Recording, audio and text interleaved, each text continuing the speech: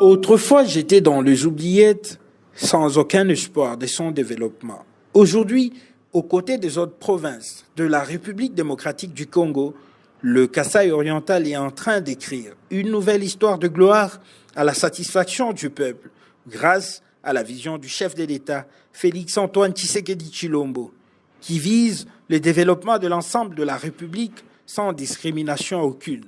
Vision implémentée au Kasaï oriental par le gouverneur Patrick Mathias Kabea-Machabidi. De travaux à impact positif et visible sont lancés dans différents coins et recoins de la ville de Mbuji-Mayi, chef-lieu de la province, voire dans certains territoires, avec un accent particulier sur la voirie urbaine.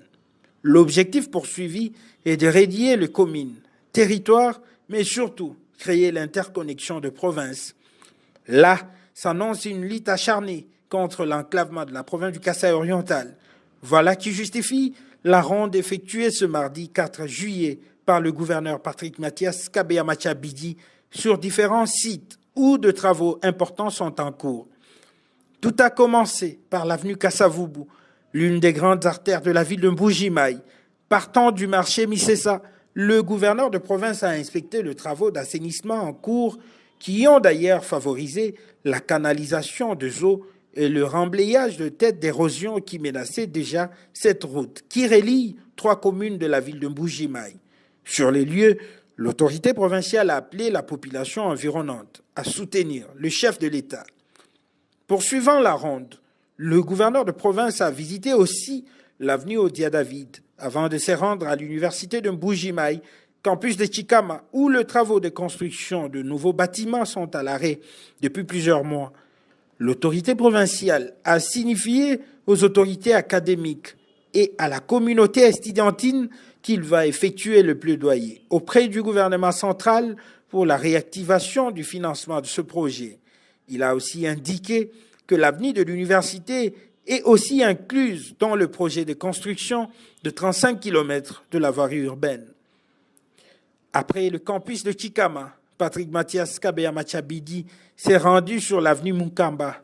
Celle-ci, qui depuis 35 ans n'avait jamais connu la circulation de véhicules à cause de la coupure, lui imposée par l'érosion, indique le directeur de l'Office de voirie et drainage, l'ingénieur Trésor Kachala. Nous sommes avec son Excellence, Monsieur le gouverneur de province, en inspection des travaux qui se font sur la ville de Mbuji-Mayi. Nous avons des travaux sur plusieurs artères.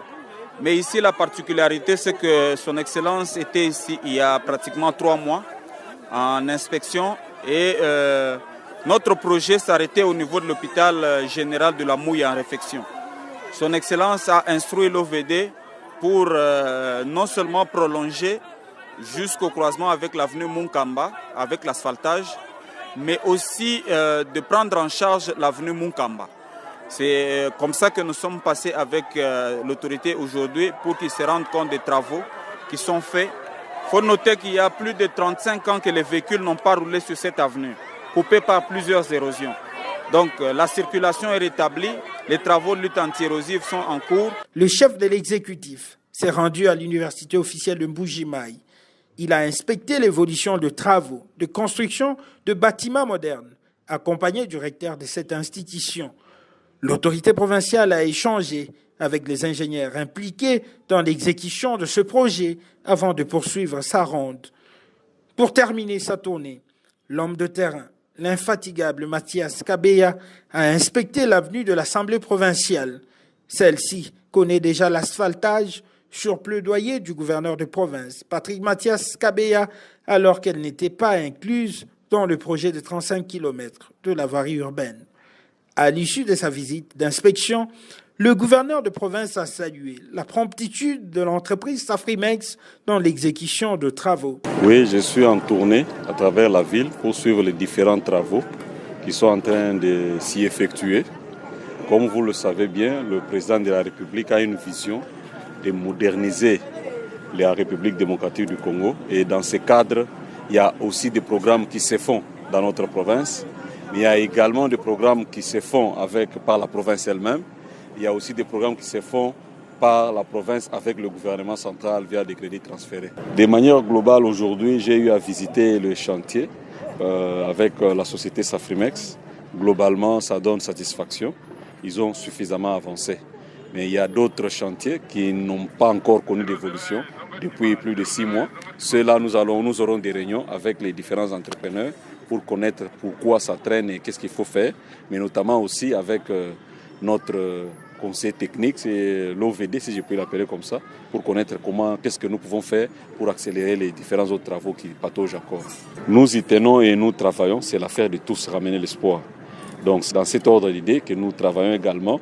Nous avons lancé l'initiative Cité moderne d'Itekemena Benantumba et aussi la construction de 2 marchés modernes. Nous tenons à ramener de l'espoir et l'espoir se ramène aussi par la modification, le changement que nous voyons s'opérer dans notre milieu de façon positive. Patrick Mathias Kabea-Machabidi est déterminé à suivre régulièrement l'évolution de travaux exécutés dans le cadre de projets financés par le pouvoir central, mais